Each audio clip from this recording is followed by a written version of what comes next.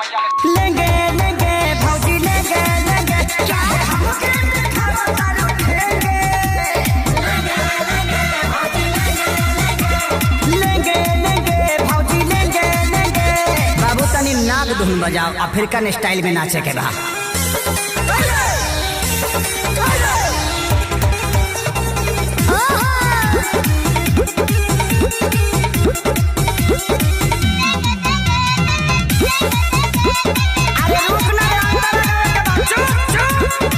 भौजी रूगल बेचो आरे लीची ले लो, देखे के पागल बाजार भइल बा हो जवार भइल बा, गाछी के फल फलदार भइल बा हो तो यार भइल बा।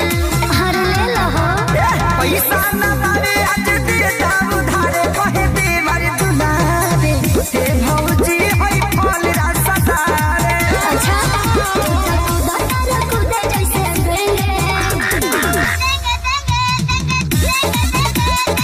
हाय बेंगावा घुस गइल रे फिर कन भगवे किनारे। लेंगे लेंगे भौजी लेंगे लेंगे हम तो खैला बिना नागी लगे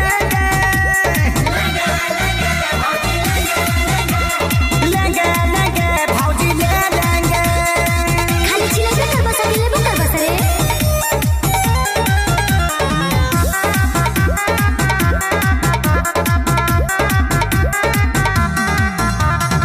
जल्दी से ले लो ना तो कम हो जाए हो खत्म हो जाए। अच्छा बड़ों को मजूर तो निदम हो जाए बॉडी बम हो जाए।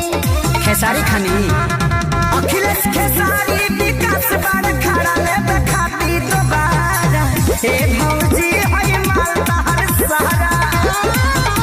बनाते आए बड़ा लोगेंगे चुप हो जाना तो जहाँ साइज बड़ी वही भेज दे। लेंगे लेंगे भौजी लेंगे लेंगे सच कहो तनी माल ना बचेंगे लेंगे लेंगे भौजी ले लेंगे। बड़ा निमन गो की बड़ा लो एक बार में सब ले ले लो। बड़का गांव पंचायत के पैसा है भौजी।